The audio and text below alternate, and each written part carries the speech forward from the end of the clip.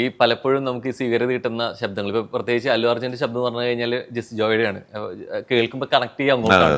ഈ സാമതിയുള്ള അല്ലെങ്കിൽ സ്വീകാര്യതയുള്ള ശബ്ദങ്ങൾ വരുമ്പോൾ തുടരെ ഇവരെ കൊണ്ട് ചെയ്യിപ്പിക്കാൻ വരും, ഒരു ഡിമാൻഡ് വരും.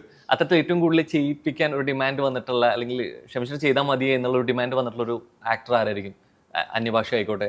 അല്ല, ഞാനങ്ങനെ ഇതിൽ തൽപരനല്ല. അല്ല, ഞാൻ ഡബിങ്ങിന് ഈ ഞാൻ ചെയ്തിട്ടുള്ള ഒരുമിക്ക സിനിമകളും ഈ പറഞ്ഞ പോലെ ഒന്നുകിൽ കുറച്ച് നമ്മൾ റെസ്പെക്ട് ചെയ്യുന്ന, അല്ലെങ്കിൽ നമുക്ക് അങ്ങനെയൊക്കെ ഉള്ള ഒഴിച്ചുകൂടാൻ പറ്റാത്ത ചില ആൾക്കാരുടെ നിർബന്ധം കൊണ്ട് ചെയ്തിട്ടുള്ളതാണ്.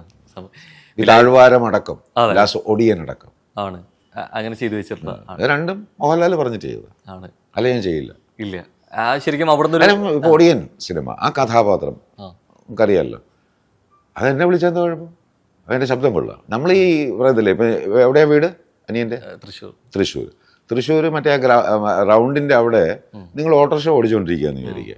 ഞാൻ കൊല്ലത്താണ് എൻ്റെ വീട്. ഞാൻ അവിടുന്ന് എൻ്റെ വീട്ടിൽ നിന്ന് അവിടുന്ന് ഒരു ഓട്ടോറിക്ഷ എടുത്ത് റൗണ്ടിൻ്റെ അവിടെ കൊണ്ട് നിങ്ങൾ സമ്മതിക്കുമോ? ഞാൻ പോയി കൊല്ലത്ത് പോയി ഓടിയിടാ എന്ന് പറയത്തില്ല. ഞാൻ അങ്ങനെ പറഞ്ഞല്ല, ഞാൻ ഈ കടയിൽ തുറന്ന് വെച്ചോണ്ടിരിക്കണ എന്തിനാണ്? അപ്പൊ എന്റെ ശബ്ദം വെച്ചിട്ട് അത് ചെയ്യാൻ കൊള്ളാം. അത് ഞാൻ സ്റ്റേറ്റ് അവാർഡും മേടിച്ചതാണെന്ന് ഓർക്കുക. അപ്പോൾ അത് എന്നെ കൊണ്ട് ചെയ്യിച്ചായിരുന്നെങ്കിൽ എന്തായിരുന്നു കുഴപ്പം? Petra, India's premium steel doors.